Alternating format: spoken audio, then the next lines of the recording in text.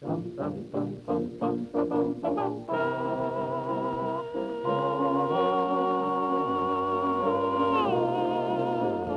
daw sa Food and Nutrition Research Institute, bawat Pilipino raw ay nag-aaksaya ng 3 kutsarang kanin sa isang araw. Ibig sabihin nun, 9 grams. At pag pinagsama-sama mo yan sa isang taon, aabot daw yan sa 3.3 kilos ng sayang na kanin. At kung kakalkulahin, katumbas ito ng 23 million pesos kada araw o kaya 8.4 billion pesos sa isang taon. Pero teka, alam mo, hindi ko maintindihan to paliwanag nyo nga. Paano nangyayari na marami nag-aaksaya ng kanin, maraming Pilipinong nagugutom? Anong klaseng kalokohan to? Ganito na ba ka-polarize o kahati ang lipunan natin? Parang may dalawang magkaibang mundo. Isa ay ganito at isa ay ganito. Isang ganito at isang ganito. Alam ko na. Malamang ito ang ilan sa mga dahilan.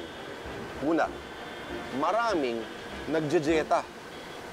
Dahil sa mga Piolo, mga Dingdong, mga Sam Milby, mga Derek, o kaya mga Ann Curtis, mga Solen, mga Marian. Dahil sa mga commercials at mga billboards na nagpapakita at kinukutya ang ating mga mortal na kakulangan. Kala naman natin, pag nagbawas tayo ng kanin, ay magiging instant model tayo ng bench underwear. At biglang tingin ng marami sa atin, lalo na sa white rice, ay parang pagkain na gawa ng demonyo. Nasanin ng kung ano-ano mga sakit. Pero okay lang daw kumain ng maraming karne.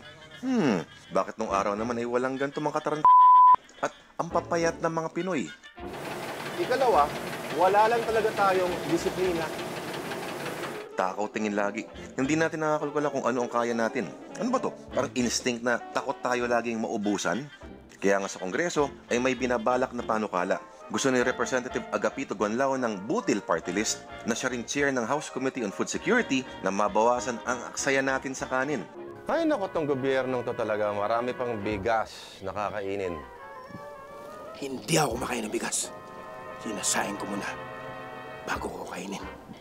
Isang araw sa mga hangad niyang panukala ay payagan ang mga restaurant na mag-serve ng kalahating kanin o half rice. Sa ngayon kasi, sa mga karinderya lang makaka-order ng ganito. Sigurado sa mga fast food at lalo ng mga sosyaling restaurant ay walang order ng half rice.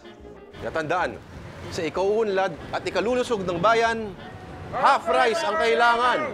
Half kaldero. Yan. Half kaldero.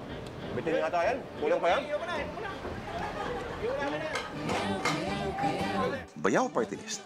Para sa mabuting gawain, Bayaw Party List ang isipin. Bayaw Party List, walang sayang na kanin. Iboto nyo ang Bayaw. Bayaw, bayaw, bayaw. Iboto nyo.